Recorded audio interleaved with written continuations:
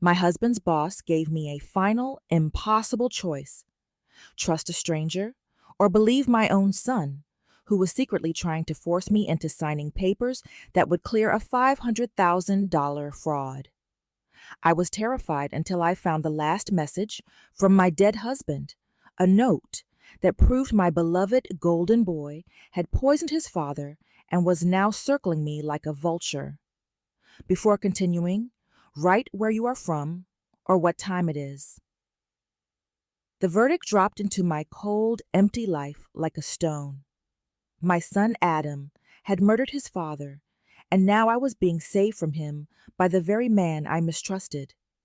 My husband, Frank, was barely cold in the ground when his boss, Robert Ashton, called.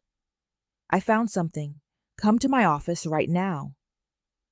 He cut through my polite grief like a surgical knife. Then came the real jolt, the one that made my hand slip on the phone. "And don't tell your son or your DIL. You could be in danger." In danger. From Adam and his wife, Brooke. The idea was a sickness in my gut. I told Robert I would be there. I hung up and my shoulders fell, the exhaustion of 3 sleepless weeks hitting me. I had to move. Now. I found them in Frank's home office just as I suspected. Adam was hunched over a filing cabinet, flipping through folders too fast, too desperate. Brooke stood near the door, acting as a lookout, her back straight and her smile plastered on. My heart rate sped up, a tiny sick drumbeat in my chest. "I'm going out," I said, trying to keep my voice as flat as the kitchen counter. Adam's head snapped up. "Where?" His gaze was too sharp, not the concerned look of a morning sun, but the calculating stare of a guard. "To visit Eleanor," I lied, naming my old church friend. "She called to check on me. I thought I'd go have tea with her." I needed a moment of normalcy. "Are you sure you're up to driving? I can take you." Adam pressed. No. The drive will do me good. Clear my head." I pushed past the threshold of his paranoia. Brooke stepped forward, too close. "We could come with you." Her eyes were cold, assessing. "Please," I said firmly, giving her my most convincing look of tired, grieving exasperation. "I need some time alone." They exchanged that look. Frustration, a flicker of naked impatience that chilled my blood. "Call if you need anything," Adam said. Was that a threat? Or was I just waiting for one? I moved before he could ask for anything more. I did not look back. I moved. The air in my car was thin and cold. The drive to Ashton Global's sleek high-rise office took 20 minutes, but my mind had already traveled decades. I was done with comfortable lies. I was going for the truth. I rode the elevator to the executive floor. The hallway to Robert's office was quiet, lined with expensive artwork that felt ominous now. I reached Robert's heavy mahogany door. Before I could knock, it gave. I froze. Standing in the doorway of Robert Ashton's office, thin, older, and dressed in simple jeans and a sweater, was my daughter, Claire. My voice was nothing but a whisper. 5 years of silence, 5 years of pushing her away, and she was here now, standing between me and the truth. Her eyes, the same observant, intelligent eyes I had dismissed so long ago, were filled with a mixture of pity and resolve. Before she could answer, Robert Ashton appeared behind her. "Audrey, come in, quickly. Both of you inside." He ushered us in and the lock gave a hard, definitive click. My mind registered the sound instantly. Justice finally had an address.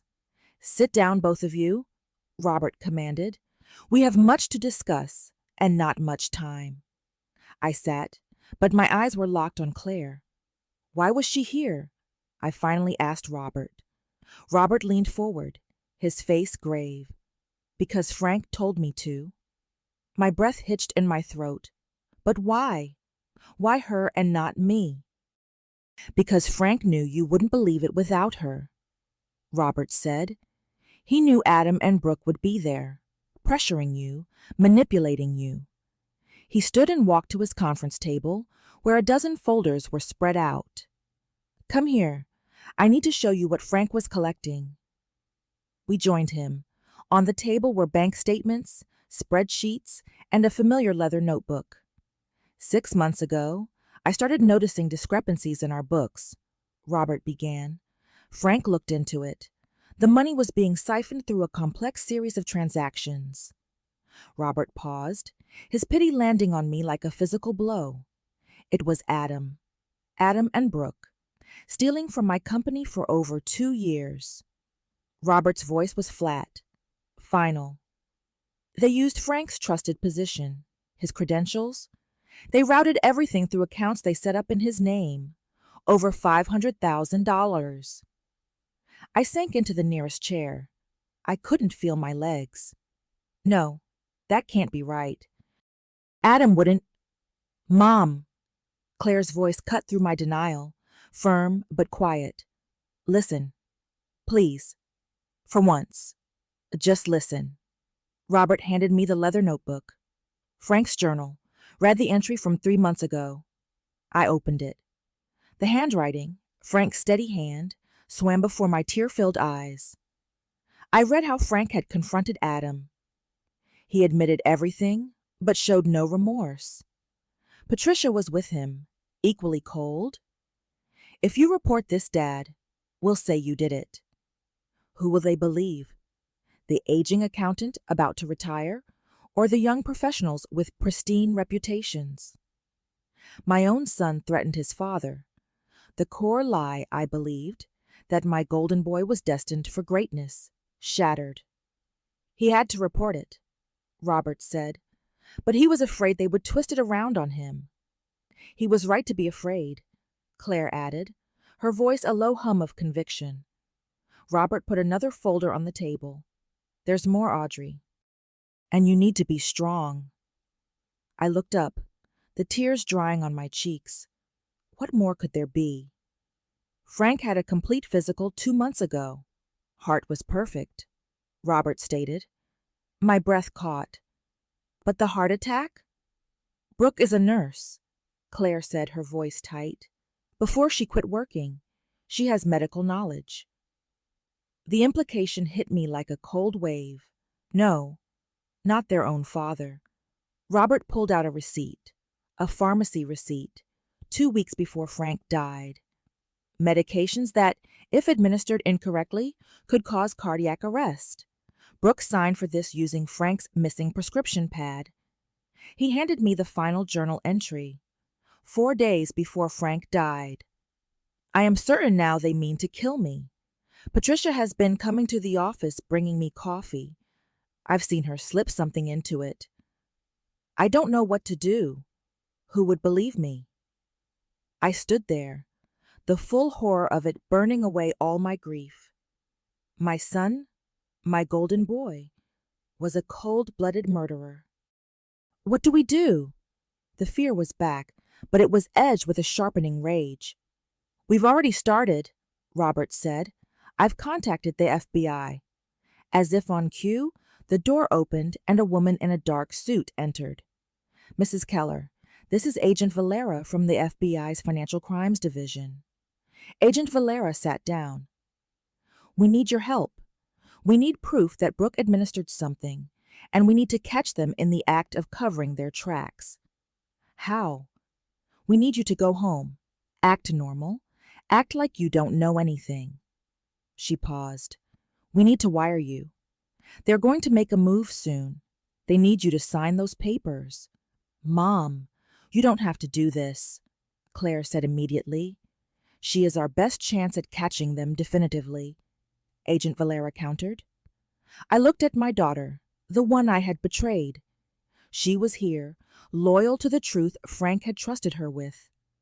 My shame gave way to a steel-cold resolve. I'll do it, I said. I owe it to Frank, and I owe it to you, Claire. I should have believed you 5 years ago. Claire squeezed my hand.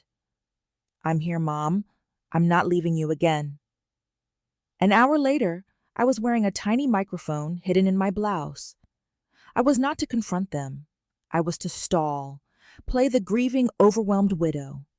Claire stayed with the agents at a mobile command center. I'll be listening to everything. If anything goes wrong, we'll be there in seconds. I drove home.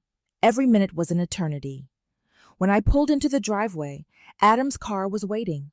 I opened the front door. Mom, we were getting worried. Adam rushed to me. Barbara and I got to talking, I said weakly. Brooke came from the kitchen, all false brightness. You look tired, Mom. Let me make you some tea. Tea. The same innocent gesture that had poisoned my husband. I felt the adrenaline surge, forcing me to act. No, thank you, dear. I think I'll just rest. Before you do, Adam said, pushing financial papers at me. We really should go over these. Time sensitive. I looked at the documents, then at the son who had just offered me poisoned tea. Not tonight, Adam. I'm too tired. Tomorrow. He exchanged that look with Brooke again. Frustration, yes, but now a raw, exposed calculation. We'll handle everything tomorrow, Brooke smoothly conceded. I walked to my bedroom, the tiny wire under my blouse a promise and a burden. I was alone in my house with two murderers who were family. Around midnight, the footsteps started in Frank's office downstairs. Drawers opening and closing, papers rustling. They were searching desperately for the evidence that was now safe with Robert and the FBI. I lay in the dark, my heart beating fast, and waited for the sound to stop, knowing that when it did, the game would escalate. The house was cold, the kind of cold only fear can generate, and the rustling downstairs finally stopped around 3 a.m. I heard the quiet click of a door and then silence. The silence was worse than the sound. I knew they were plotting. I forced myself out of bed before they could find me. When I got to the kitchen, Adam and Brooke were already at the table, documents spread out, coffee cups steaming. They looked tired, their pretense wearing thin. Good morning, Mom, Brooke chirped with a sickening false brightness. I made pancakes, your favorite. I saw the pancakes. I saw the hand that served them. My stomach turned, a sharp sensory jolt. Thank you, dear, but I'm not very hungry. You need to eat, Mom, Adam said, his voice flat. It was not a request. It was a pressure beat. I took 3 small, deliberate bites, watching Brooke's eyes track my fork. Every bite was a tiny sacrifice. Now, Adam pushed the papers toward me. We really need to get these signed today. This one transfers Dad's retirement account. I held the pen, my knuckles white on the cap. Adam, I interrupted. I'd like to have my lawyer look at these first. The room went thinner than air. His face darkened. Your lawyer? Why would you need a lawyer? I'm your son. I'm trying to help you. I know, dear, but these are important documents. Frank always told me never to sign anything I didn't fully understand. His mask slipped for a split second. I saw the rage, the coldness Frank had written about. Mom, you're being difficult. You're making this harder than it needs to be. I'm not trying to be difficult, I replied steadily. I'm being cautious. There's no rush. Actually, there is a rush, Brooke cut in, her sweetness gone. These accounts could be frozen. This was a clear micro-hook, a new risk. Then they'll be frozen, I said calmly. I'm in no hurry. A decisive action. Adam stood up abruptly, his chair scraping against the tile. Dad would want you to be taken care of. He'd want us to handle things. Your father would want me to be careful, I countered, looking him straight in the eye. The flicker of fear was real this time. Did he know? Did he suspect? Fine, he hissed. We'll wait. But don't take too long, Mom. These things need to be handled. He stalked out of the kitchen, his footsteps heavy on the stairs. Brooke lingered, a shadow. We're only trying to help, Mom. You should remember that. Was that a threat? I asked softly. It certainly felt like one. she said, and then she was gone. The door snaps. Cut to verb. I call Agent Valera. They're getting anxious. They pushed for a lawyer, then threatened freezing the accounts. I refused. You did well. Keep stalling, Valera assured me. We're building a solid case. The forensic accountants have traced all the money. Just a few more days. That night, I heard them arguing in the guest room. Their voices were desperate, angry. Now they know how Frank felt. The next 2 days were a slow, agonizing slide down the escalation ladder. Every interaction was a confrontation. Day 3. The heartbeat. Adam tried a new tactic. You know, Mom, he said, his voice laced with false concern. Dad's death was so sudden. You really should get a full checkup. Make sure your heart is okay. These things can be hereditary. My hand slipped on the cup of tea I was holding. He was talking about the way he killed his father. The pressure was immense. Is that concern, Adam, or a warning? I risked my dignity with the direct question. He smiled, but his eyes were dead. Just looking out for you, Mom. That's all I've ever done. The answer was a power flip. He was playing the caring son again. I had to pay this off. I went to my phone. I didn't call Adam's bluff. I did something irreversible. I called my estate attorney. I need you to send a letter today to Adam and Brooke. State that you now have power of attorney over all of Frank's accounts and all my personal accounts until further notice. Immediate freeze. I sign. The fee hits my card immediately. Access removed. I sent them a declaration of war. That afternoon, the certified mail arrived. The papers were crisp and white. Adam grabbed the envelope off the hall table. He read the letter, his face losing all color. He crumpled the paper in his hand. You put a freeze on everything? He roared. Public embarrassment was one step closer. I need time to grieve, Adam, I said, quoting his own past words. My lawyer is handling the details. He lunged at the phone. Who? Who is this lawyer? You'll talk to her when she's ready. I walked away, leaving the crumpled paper on the carpet. I kept walking until I reached my room and locked the door. The silence on the other side of the door was the loudest thing I had ever heard. I knew what came next. The pressure had turned into pure threat. The silence was the micro clock running out. They had lost access to the money. They had to come for the evidence now. The confrontation was coming. It had to. They were waiting for me to step out of the bedroom. I didn't sleep. The memory of Adam's face as he crumpled the legal letter replayed on a loop. Rage, not sorrow, was now my life force. Vigorous verbs defined my existence. I go to the kitchen. I need tea, made by my own hand. My hand does not flinch.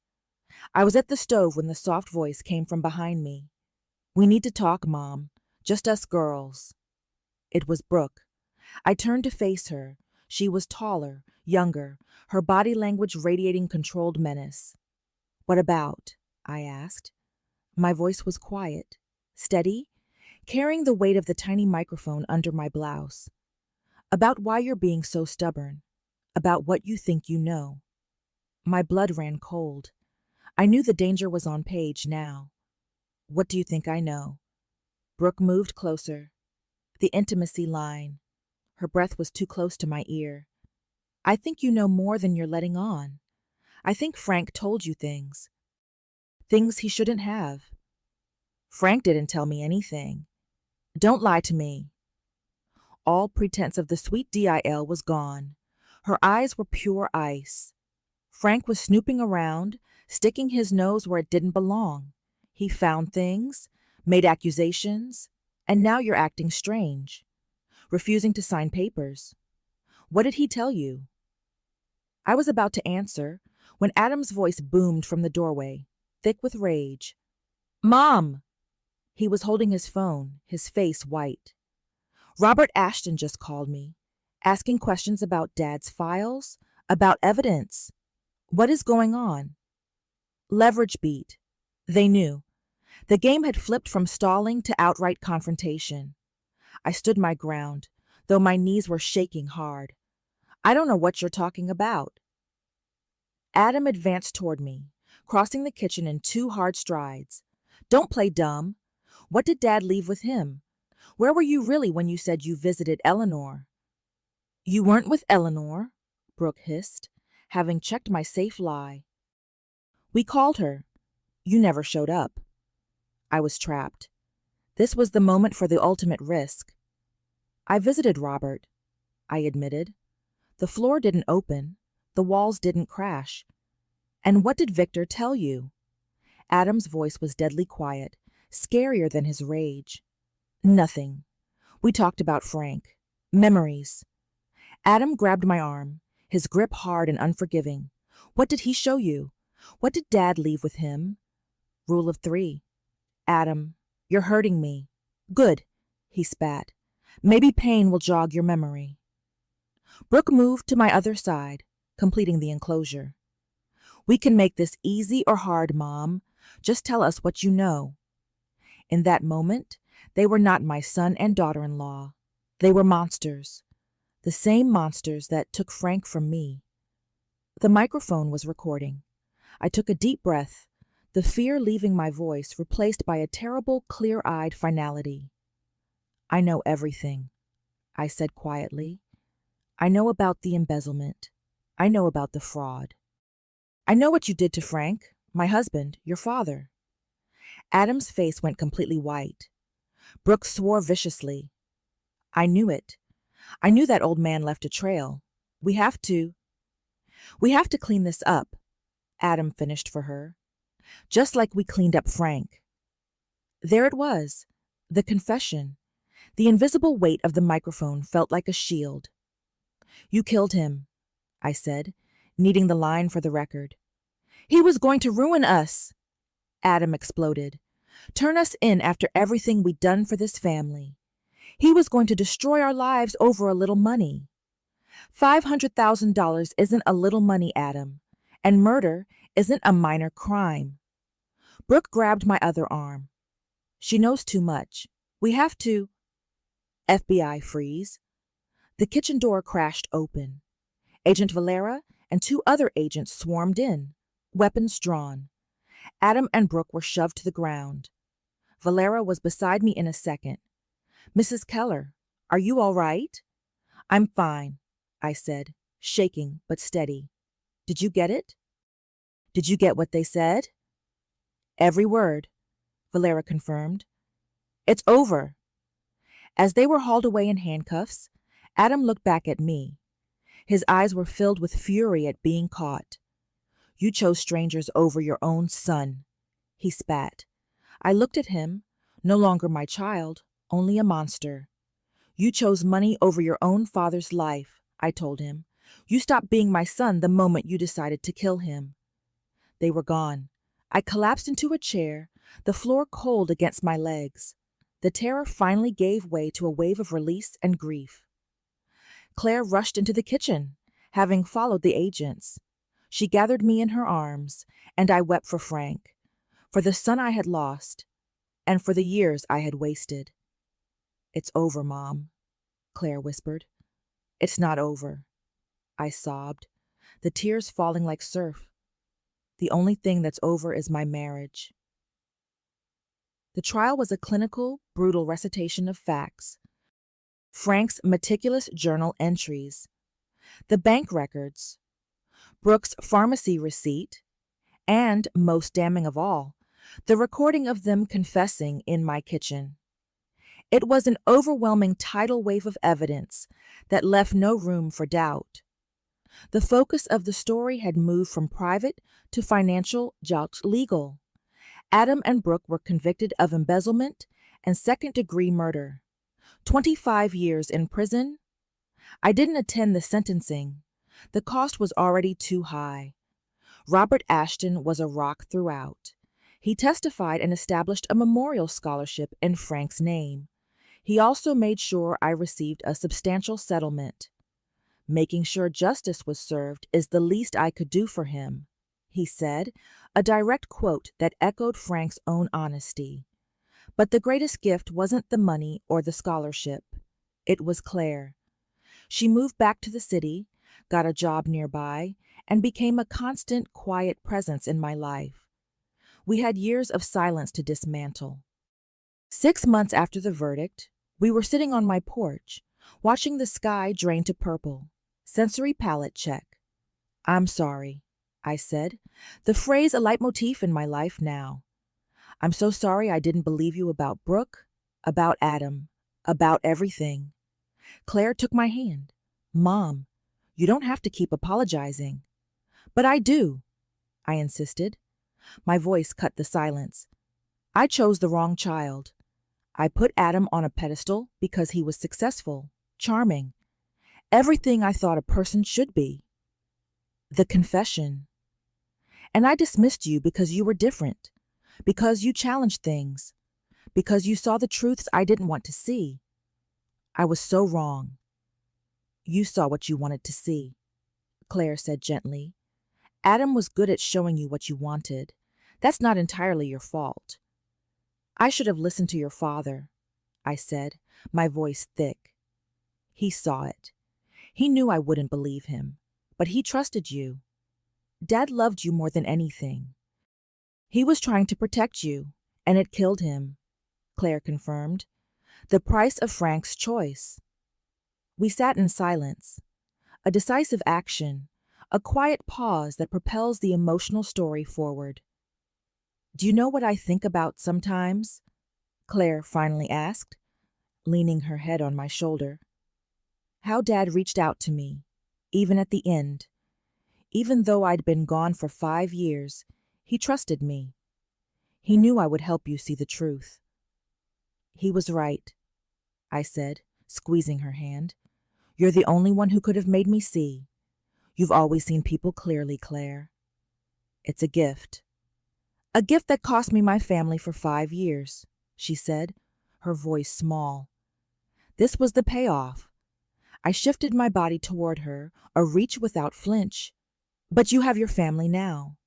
You have me. And I promise you, for whatever time I have left on this earth, I will never doubt you again. I will listen. I will believe you.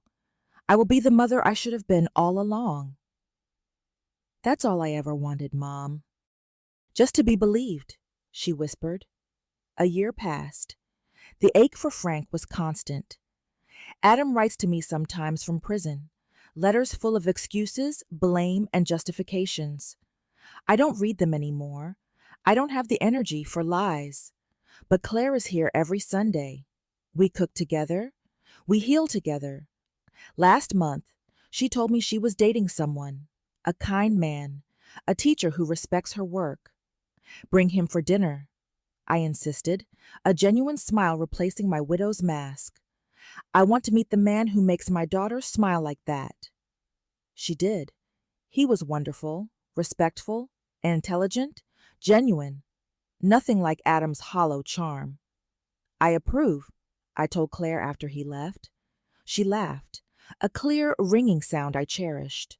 Good, because I was going to date him anyway. As you should, I told her. You don't need my approval. You never did. Sometimes I visit Frank's grave. I tell him about Claire. I tell him about how his final act saved us both. You were so clever, my love, I whispered to the headstone, reaching out to Claire, leaving the evidence with Robert. You knew I wouldn't believe it unless I saw it myself. The wind rustles the leaves on the nearby oak tree. I choose to believe it's Frank responding. I learned a terrible truth from this tragedy. Family bonds can be weaponized by those we trust most. But I also learned about redemption, about second chances, about the children who stand by us because of love, not blood. Frank reached out from beyond the grave to protect me one last time. He orchestrated everything perfectly. He couldn't save himself, but he made sure to save me. Every day, I try to honor his memory by listening to the quiet voices instead of being dazzled by the loud ones. Claire is my true family, the one I almost lost, the one who saved me by being brave enough to show me what I didn't want to see. When Robert called me that day, I thought I was seeing a ghost of a mistake. When I walked into Robert Ashton's office and saw Claire, I wasn't seeing a daughter. I was seeing the living, breathing consequence of my own failure to see the truth 5 years earlier. The sight of her thin frame and resolved eyes was a sensory jolt that immediately evoked deep shame.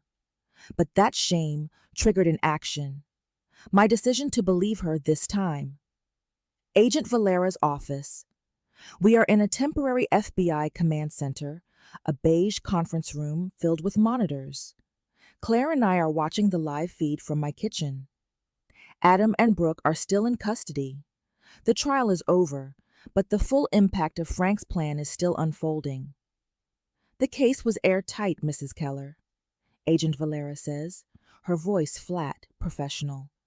But it wasn't just the recording, it was the timing. The timing? Your husband, Frank. He was an accountant, a financial controller for a major corporation, she reminds me. He knew how an audit works. He knew the difference between suspicion and evidence. She pulls up a spreadsheet on the monitor. This is the embezzlement tracker. Adam and Brooke's transfers were small at first. Then they increased significantly about 2 years ago. But look at this last column, the internal audit trigger. The numbers swim before my eyes. What am I looking at? Frank's job was to prevent these triggers, Valera explains. He was the firewall. When he confronted Adam 3 months before his death, he stopped logging the transfers. He let the system believe everything was normal. But the transfers continued to a point that he knew would trigger a mandatory external audit by the end of November. I felt a cold rush, microclock.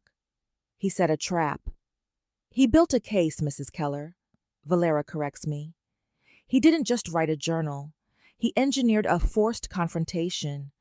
That's why he gave Robert the files. He knew that by the time the external audit was scheduled, Robert would open his safe to check the books, find Frank's ledger, and the evidence would become public right as the embezzlers became desperate. Public escalation. And that's why he told Robert to call me, Claire interjects, leaning closer. He knew you would still protect Adam, Mom, until you had an immediate physical threat. Frank made sure that threat was already in place when Robert found the files. I think back to the phone call. I found something. Come to my office right now. And then, you could be in danger. Frank had leveraged my protective instinct and Adam's greed against each other. He saved you by making you unsafe, Valera summarizes, giving me the stark consequence beat. Claire reaches for a tissue and hands it to me. Her presence is a physical comfort I never allowed myself to feel before. There's one thing I still don't understand, I say, my voice a rhetorical question to re-engage attention. Why did he let me believe in Adam for so long? Why not tell me he saw the stealing 5 years ago? Because of the lie you told yourself, Claire says, meeting my gaze. He wrote about it in his journal, remember? Your blind spot for Adam. He knew if he told you, you would have accused him of jealousy, or of trying to poison your relationship with your golden boy. He would have lost you both. Prop in hand, I rubbed the cold spot on my blouse where the wire had been hidden. Frank had to risk his life because of my emotional blindness. Later that week, Claire and I are going through the safe deposit box at the bank. The box contains Frank's will and insurance policies. They are simple, direct. Everything goes to me. But there is one extra item, a small, dark wooden box. I open it. Inside is my mother's wedding dress, carefully folded with a single note. Audrey, I never doubted you. I only doubted what you would choose. You chose right. Frank. The note is a confirmation, a final beautiful vulnerability ping. It tells me he forgave my blindness. It tells me he understood the price I had to pay. He knew, Claire whispers, seeing the tears in my eyes. He always knew, I confirm. The leitmotif line has fully shifted connotation. Before, it meant Frank knew the truth about Adam. Now it means Frank knew the truth about me. A few weeks later, I'm at the cemetery, kneeling by Frank's headstone. The stone is simple, like him. Frank Keller, beloved husband, honest man. I place my mother's small velvet box on the granite. The gesture cost me the last of my denial. I whisper the words I couldn't say until now. I was blind. I was foolish. But I am grateful you found a way to save me. I look around the quiet cemetery. My daughter's life is safe. My life is safe. The cost was one half of my children and the man who loved me most. I hear a faint buzzing sound near the ground. It is not the wind. I reach out and pick up a discarded phone, still active. I picked up the discarded phone, its screen glowing in the gray light of the cemetery. It was an old model, the kind Adam used to carry for work, thick and heavy. Why was it here, near Frank's grave? I felt a sudden tightening in my chest, a fresh dose of fear mixing with the residual grief. "What is it, Mom?" Claire asked, walking up behind me. "I think this belongs to Adam," I said, my voice barely a whisper. "But the battery is almost dead. Look." The phone screen flashed once, a warning. Battery, 5%. Microclock activated. I stared at the screen. The last text message was from a contact named The Collector. The message simply read, "Meeting canceled, asset secured, pay $5,000 upon delivery." The Collector? Claire frowned. That sounds like a broker or a fence. Adam and Brooke were embezzling $500,000, I reminded her. They didn't move all of that cash themselves. They would have needed help. This could be their accomplice. The phone vibrated. A new text message appeared from the Collector. "Don't ignore me. The evidence is unstable. I need the money now." I realized two terrifying things at once. First, this wasn't Adam's phone. It was his burner, probably a line he used only for criminal contact. Second, the Collector didn't know Adam was in prison. He was still waiting for his payoff for some hidden asset. "This is the key to whatever they couldn't find in the house," Claire said, her eyes focused and clear. Adam and Brooke were desperate to sign those papers, not just for the retirement funds, but to pay someone off. We had a choice. Turn the phone over to Agent Valera and let the slow wheels of the law turn, or use the rapidly dying battery to play the role of the embezzling son. "I'm going to text back," I decided, my hand not flinching this time. The risk was immense. If this accomplice was dangerous enough to handle evidence of embezzlement and murder, they wouldn't hesitate to silence Adam's mother. "Mom, that's too dangerous. This is the FBI's job." Claire's voice was sharp with fear. Frank knew Adam was a danger, but he trusted me to play along at the end. I will not let this man walk away with the last piece of the truth. I needed a visible win, a piece of leverage only I could secure. I quickly opened a new message. I had less than 5 minutes before the battery died. Me. "Need proof of the asset first. Too much heat on me. Where is the evidence?" The reply was instantaneous. "The Collector. Check the old drop spot. That should be enough for you to stop stalling. $5,000 in small bills. Midnight tonight." "The old drop spot," I repeated, my mind racing. Adam and Brooke spent years in our home office, searching. They never had a drop spot in the house. Claire, always the observant one, had already moved to the screen. "Look at the sender's location data. It's rough, but it points to the old industrial park near where Dad worked, the abandoned Ashton Global Warehouse." They used the warehouse. Frank's workplace. The secondary antagonist, the collector, had now taken initiative. The screen flickered violently, turning red. Battery. 1%. I quickly typed the final message. Me. Meet me at the cemetery gates. Now. I have the money. I need the asset. I knew I didn't have the money, but I had to force the confrontation immediately, before the trail went cold. We have to call Agent Valera now, Claire insisted, grabbing my arm. No time, I said, sliding the phone into my purse, a concrete action that sealed my choice. He's coming to me. He thinks I'm Adam. We use that leverage. We drove the few blocks to the wrought iron cemetery gates. I pulled my car onto the grass just inside the entrance. The silence in the car was thick, punctuated only by the heavy beating of my heart.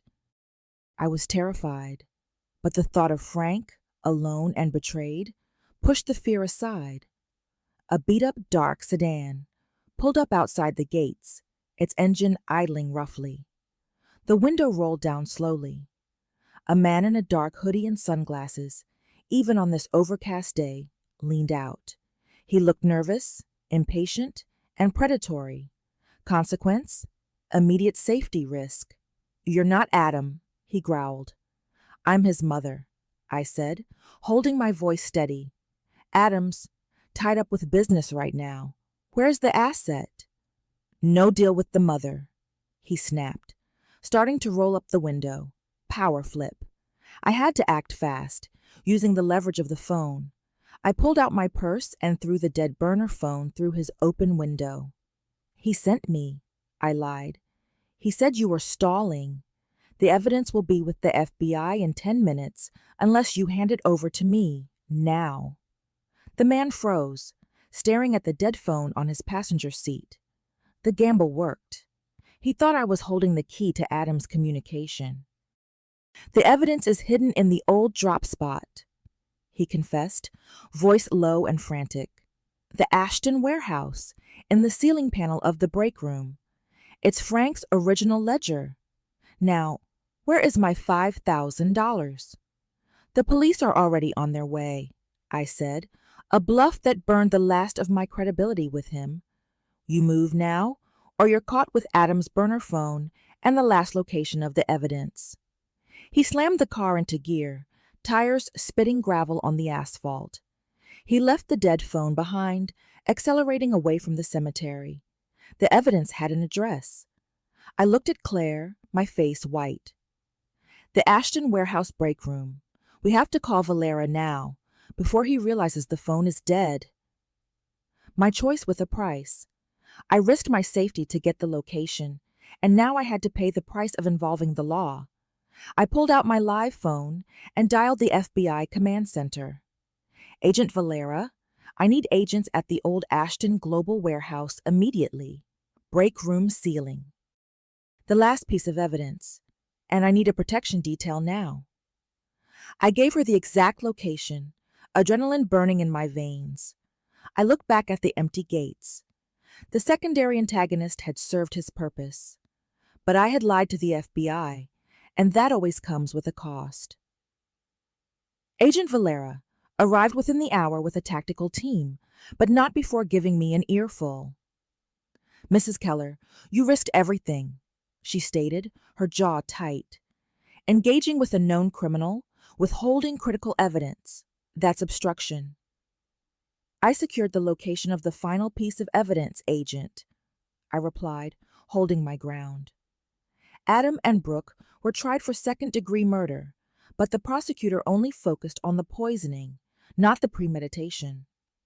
This ledger, the one Frank kept separate, is the proof of the long game, the motive. She sighed, recognizing the leverage. Fine. You are not to enter that building. You wait here with the detail. I sat in the surveillance van with Claire, watching the flashing blue lights reflect off the abandoned Ashton Global building. It was a bleak concrete box, a stark visual contrast to the polished life Adam and Brooke had manufactured. After 20 agonizing minutes, Agent Valera emerged, holding a large, gray, battered ledger. She walked straight to the van, her face grim. "It's here," she confirmed, placing the ledger on the small metal table between us. "Frank's handwriting is on every page." Frank's ledger was the last piece of high-impact evidence. It was more than a record of financial fraud. It was a map of his final, lonely battle. I opened it to a page marked with a sticky note. The entry was from 2 years prior, a detailed breakdown of the first major illegal transfer. It was not a lament like the journal. It was cold, precise, and analytical. Entry: October 27th, transfer to Shell Corp, Xiang 6, $80,000. Brooke pushed Adam to move fast. Said she needed capital for her wellness startup. Suspicion confirmed. This is not simple greed. This is a targeted theft fueled by a partner. I looked at Claire. Brooke was the driver. She was always the one with the ambition and the lack of conscience. She pushed Adam to the edge, then used her medical knowledge to finish the job. "That's what Dad saw years ago," Claire said, running her finger over the numbers. "He tried to warn us." The ledger had a secondary use. It meticulously cataloged not only the stolen $500,000, but also Adam and Brooke's increasing debt, reputation, and social exposure. The consequence engine was running hot. Valera cleared her throat. "The ledger is strong, Mrs. Keller. It provides motive and clear evidence for a grand jury to consider first-degree murder charges. It also ties the money directly to the murder plot. We can move forward now with a stronger case. But there is a new issue." "The collector?" "No, he's contained. He led us to the money trail, which is good. The issue is political. Your former DIL, Brooke. Her family has leverage. They are trying to get her case moved to state court to argue manslaughter, not murder. Brooke's privileged background, which I had once admired, was now being weaponized to protect a killer. If the case is moved, they will bury this ledger in procedural disputes," Valera warned. "What do I do?" I asked, looking for a choice that carried a price. "We need public support. We need to apply pressure outside the legal system. This is where your story, the widow's account, comes into play." Valera pushed a card across the table. "A news producer. They want to air your experience and highlight Frank's honesty and dedication to Ashton Global. It's a risk. It will expose you to public scrutiny." The price was my privacy, my dignity, but the reward was securing justice for Frank. I thought of the moment Adam spat. "You chose strangers over your own son." Now, I was choosing the public over Adam's reputation. "I'll do it," I confirmed. "I will tell them about Frank, about the ledger, and about the son who chose $500,000 over his own father's life." "Good," Valera said. "We'll set up the interview for the end of the week. But for now, you need to be safe. We're moving you to a secure location." I nodded, gripping the edge of the table. I was done being the passive victim. I was Frank's widow, and I would fight his last battle for him. "Claire, are you coming with me?" "I'm with you, Mom," she said, her hand reaching for mine, a reach without flinch. I knew that soon. The entire city would know the truth about my golden boy. But the man who bought my truth was watching me from a distance. We were moved to a safe apartment near the city. The anonymity and sterile walls, a stark contrast to the betrayal that had unfolded in my familiar home.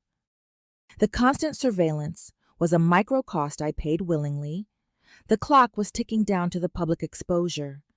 The interview was scheduled for Friday afternoon. Cut to verb. Interview day.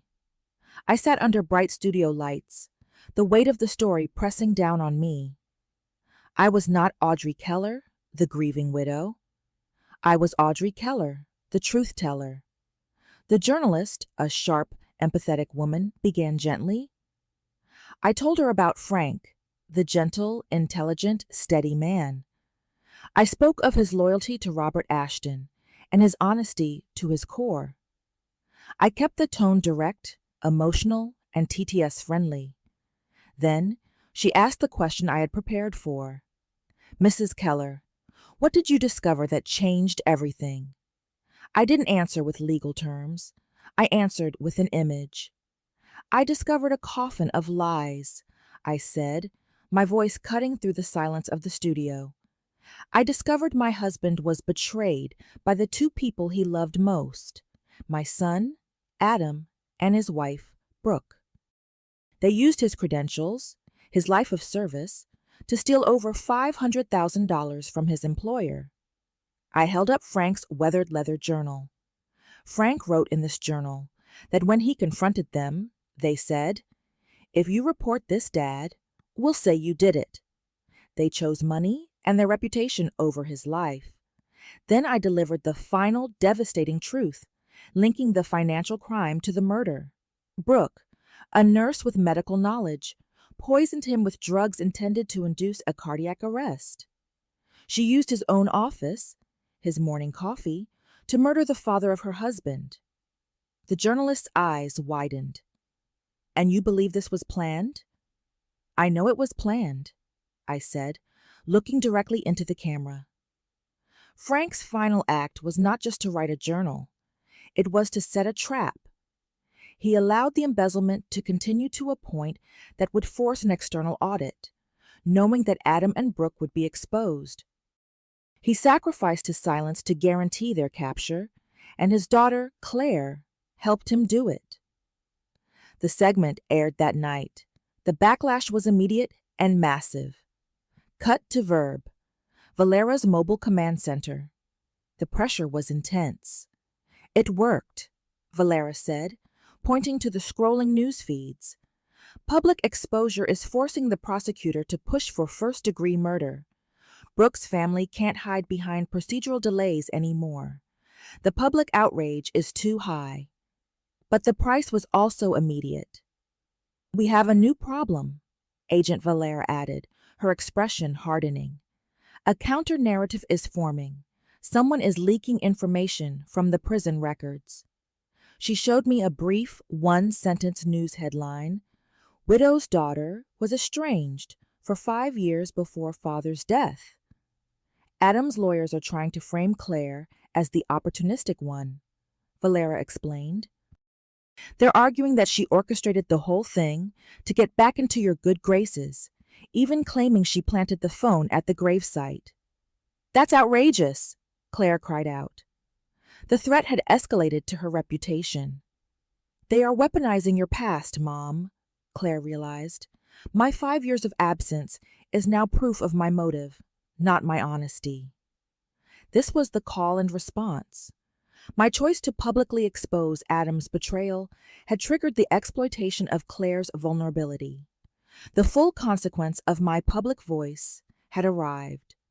"We need a response now," I declared, my voice cutting the air. "We need to show the truth of why Claire left."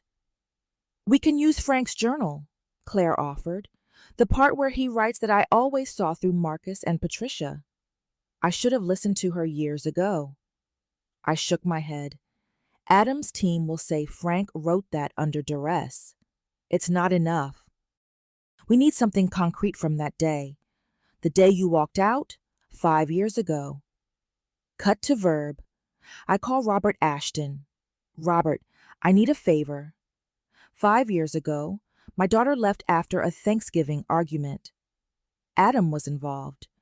Do you remember any interaction with Adam around that time? Anything at all that looked like leverage?" Robert was quiet for a moment. "Adam came to me for a personal loan right before that Thanksgiving. Said he had a sudden, huge credit card bill, $14,000 that had to be paid immediately. He was panicked. I told him no." I froze. $14,000. I remembered the original fight. Claire had accused Brooke of stealing $100 from my purse. Brooke didn't steal $100, I realized, the truth a punch to the gut. She was checking the wallet for cash, a distraction. They needed $14,000, and Adam was desperate. That's why he was so furious at Claire for calling attention to any form of theft. The money had shifted context. The initial loss was not a petty crime, but a symptom of the debt that drove them to murder. Claire, we have to show them what Adam was hiding on the day you left, I said, a new resolve hardening my face. The reason he forced me to choose him was because he was already deep in debt, and you threatened his perfect image. My final move? I would use Adam's past shame to defend my daughter. I knew what I had to do, but I had only one day to do it. The last day before the grand jury reconvened was a flurry of decisive action. I called the journalist back. I had a new, more painful angle for the story. I was ready to confess my ultimate failure as a mother. I sat down with Claire, the sunlight streaming through the window of the safe house. We were finally on the same side, a clear visual anchor of our redemption. I need to tell them why I chose Adam over you that day, 5 years ago, I told Claire. I chose him because I was in denial about the money. I saw him as the successful financial analyst, and you as the struggling social worker. I couldn't accept that the one with money was the one in trouble. I understand, Mom, Claire said quietly, her hand on mine. No, you don't. You saw Brooke steal $100. I dismissed it as petty. But that wasn't the real crime. Adam was in debt, deep debt. He'd been rejected by Robert for a $14,000 loan just before Thanksgiving. The theft you saw was just a distraction to cover the real, larger financial panic that drove them to eventually steal $500,000 and kill your father. I made a public confession that paid off the 5-year vulnerability ping. I admitted my own shame to defend my daughter's honor. The journalist's camera crew was set up quickly in the safe house. The defense is trying to paint your daughter, Claire, as a conspirator, the journalist said, her voice serious. Then I need to set the record straight, I stated, looking into the lens. 5 years ago, my daughter left because she was telling the truth. She saw my daughter-in-law, Brooke, trying to cover up a financial panic. Adam was in debt, desperate for $14,000. I presented the new angle, the escalation ladder climbing to its final rung of public truth. The truth is, Adam was never the golden boy. He was a fraud, and Brooke was his handler. Claire saw the truth years ago, not out of jealousy, but because she is honest. I was blind, and because of my blindness, I rejected my loyal daughter and enabled a murderer. Frank knew that the only person with the moral courage to see the situation clearly was Claire. He didn't turn to me. He turned to her. Frank trusted Claire, the one I had pushed away, to save me from the son I clung to. I stated, the final bittersweet verdict. The interview aired that evening. The pressure was overwhelming. The public narrative immediately flipped. The echo image was complete.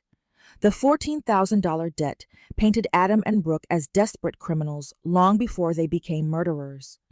Claire was immediately vindicated. The following morning, Valera called me in the safe house. The grand jury has returned the indictment, Valera said, a rare note of satisfaction in her voice.